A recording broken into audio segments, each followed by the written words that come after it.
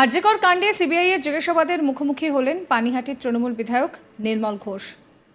সোমবার সল্টলেকের সিজিও কমপ্লেক্সে নির্মলকে প্রায় 7 ঘন্টা ধরে জিজ্ঞাসাবাদ করেন কেন্দ্রীয় তদন্তকারী সংস্থার আধিকারিকরা। নিহত তরুণী চিকিৎসকের দেহ সৎকারে তাড়াহুড়ো করা হয়েছিল বলেই অভিযোগ উঠেছে। এই ঘটনায় নির্মলের ভূমিকাকে কেন্দ্র করেও প্রশ্ন উঠছে। সেই কারণে তাকে সোমবার দীর্ঘক্ষণ জিজ্ঞাসাবাদ করা হয়। জিজ্ঞাসাবাদ শেষে এই তৃণমূল বিধায়ক তিনি মুখ খুলেছেন। পাশাপাশি সন্দীপ ঘোষের সঙ্গে তার বৈঠক হয়েছিল কিনা তা নিয়েও মুখ খুলেছেন তিনি। আরজিকরে নিহত ডাক্তারি পড়ুয়া তিলোত্তমার বাবা মা চেয়েছিলেন যে তার মেয়ের দেহ সংরক্ষণ করতে, কিন্তু পুলিশ প্রশাসনের চাপে তা হয়ে ওঠেনি। উল্টে প্রভাব খাটিয়ে তড়িঘড়ি করে তাকে দেহ দান করা হয়। এই অভিযোগ ওঠে এই তৃণমূল বিধায়ক নির্মল ঘোষের বিরুদ্ধে। মা বাবার সেই অভিযোগ খণ্ডন করে নির্মল ঘোষ বলছেন যে 9ই অগস্ট যেদিন তিলোত্তমাকে বাড়িতে নিয়ে আসা হয়েছে সেদিন তার বাবা মা কাউকে এই কথা বলেননি। তারা যদি বলতেন যে তাদের মেয়েকে সংরক্ষণ করতে চান বা আমরা আবার ময়নাতদন্ত চাই তাহলেই হতো, কিন্তু সেদিন তারা এই কথা বলেননি। কিন্তু পরদিন থেকে তারা যাদেরকে এই কথা বলাচ্ছেন আমার মনে হয় আন্দোলনের রেশ তাদেরই হাতে নেই। আন্দোলনের রেশ আছে সাধারণ মানুষের হাতে। সাধারণ মানুষ চায় বিচার হোক, আর রাজনৈতিক নেতারা চাইছে এই ঘোলা জলে মাছ ধরে তাদের রাজনৈতিক স্বার্থ চরিতার্থ করতে। তবে আমি কিন্তু বিচারের দাবি থেকে সরে আসব না। কি বলছেন নির্মল ঘোষ, শুনুন। যখন বাড়িতে ঘরে নিয়ে গেলেন তখন যদি তিনি বলতেন যে আমি আমার মেয়ের মরদেহ আমি রেখে দিতে চাই, আমি আবার পোস্টমর্টম করতে চাই, সেসব কথা বলতে পারতেন।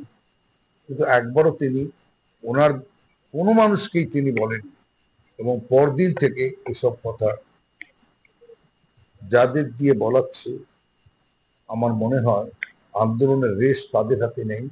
আন্দোলনের রেশ আছে সাধারণ মানুষের মধ্যে, এবং সাধারণ মানুষ প্রকৃত অর্থে অভয়া বা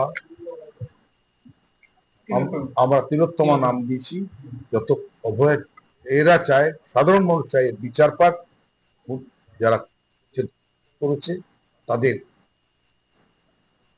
ক্যাপিটাল পানিশমেন্ট হোক। আর রাজনৈতিক দলের লোকেরা চাইছে রাজনীতির খোলা জলে তারা তাদের রাজনৈতিক স্বার্থ চরিতার্থ করবে। এখানেই আমাদের সরকারের এখানেই বিরোধ। কারোর কথাই চলছে রাজনৈতিক, আমি বলতে চাই না, ওরা যেটা ভালো বুঝেছে সেটা করছে। তবে আমি এটা বলবো যে আমি কিন্তু বিচারের দাবি থেকে সরবো না।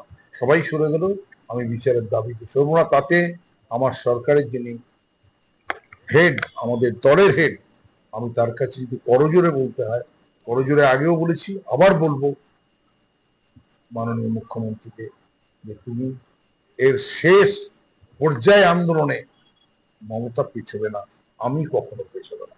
আমরা এগিয়ে যাব যতক্ষণ না আমার অভয়া এবং অপরাজিতা বিচার হবে। সোমবার সিবিআই এর দীর্ঘ ম্যারাথন জেরা শেষে রাতে বাড়ি ফিরে সাংবাদিকদের প্রশ্নের উত্তরে এই মন্তব্যই করেন তৃণমূল বিধায়ক। তিনি বলেন, তিলোত্তমা আমার এলাকার বাসিন্দা এবং আমার উল্টো দিকে একটি স্কুলের ছাত্রী ছিলেন। ওই ঘটনার পর তার বাড়িতে যাই আমি ঘটনাস্থলে যাইনি বা যেখানে পোস্টমর্টম হয়েছে সেখানেও যাইনি। আরজিকরের প্রাক্তন প্রিন্সিপাল ডক্টর সন্দীপ ঘোষ আমাকে ডেকেছেন, কিন্তু সন্দীপ ঘোষের সঙ্গে কোনো বৈঠক হয়নি। আমার বৈঠক হয়েছে স্বাস্থ্য দপ্তর এবং পুলিশের উচ্চপদস্থ কর্মকর্তাদের সঙ্গে। কি বলছেন তিনি, শোনাবো। অপরাধ যাকে সবাই তিলোত্তমা বলছে, মেয়েটি তো আমার এলাকা, ছোটবেলা থেকে আমার বাড়ির উল্টো দিকে স্কুলে পড়তে। তো আমার তো নৈতিক দায়িত্ব অনেক বেশি, এবং সেই নৈতিক দায়িত্ব আমি পালন তো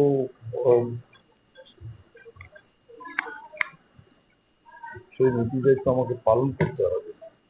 তো স্বাভাবিক কারণেই আমি 3:30 পর কি নিয়ারলি 3:30 9 তারিখে পৌঁছেছি।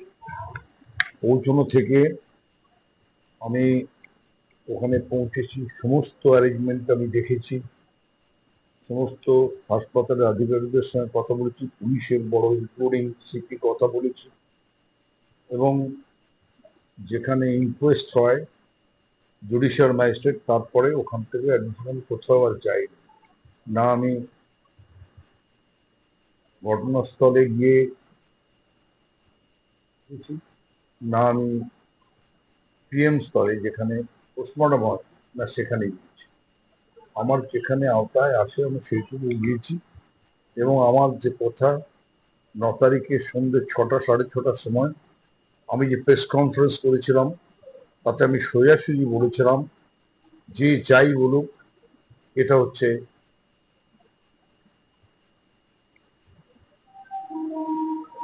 ক্যাপিটাল পানিশমেন্টের কথা বলেছিলেন। এটা হলো যে এমন একটি ঘটনা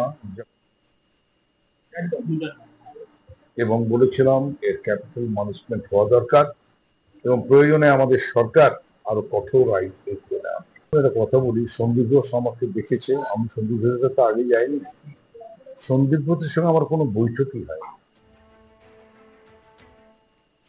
শিক্ষা জেলে, খাদ্য জেলে, এবার স্বাস্থ্য দফতর। দুর্নীতির এই মহোৎসব নিয়ে নির্মল ঘোষ জানান যে সবটাই হচ্ছে রাজনৈতিক ষড়যন্ত্র। গরু চুরি করেছে কে, কোথা দিয়ে পাস হয়েছে সেটা ভারত সরকারের আন্ডারে। সুপ্রিম কোর্ট যখন প্রমাণ দেখতে বলেছে, সিবিআই সেই প্রমাণ দেখতে পাচ্ছে না। বিরোধীদের এইভাবেই নিশানা করছেন তিনি।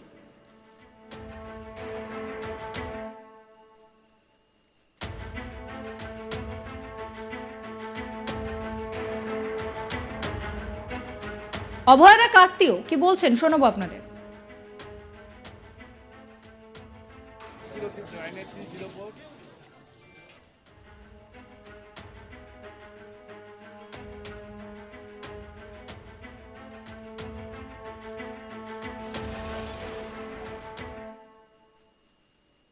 এই মুহূর্তে দাঁড়িয়ে অভয়ার পরিবার পরিজন তারা একটাই জিনিস চাইছেন যে এই ঘটনার বিচার হোক, যথাযথ বিচার হোক।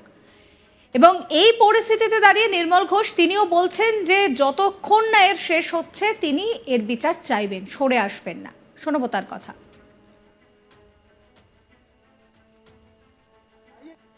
যখন বাড়িতে ঘরে নিয়ে গেলেন তখন যদি তিনি বলতেন যে আমি আমার মেয়ের মরদেহ আমি রেখে দিতে চাই, আমি আবার পোস্টমর্টম করতে চাই, সেসব কথা বলতে পারতেন।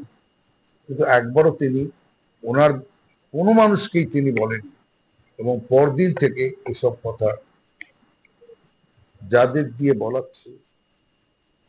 সাবস্ক্রাইব করবেন আজ তাক বাংলার ইউটিউব চ্যানেলকে, ফলো করবেন হোয়াটসঅ্যাপ চ্যানেলও।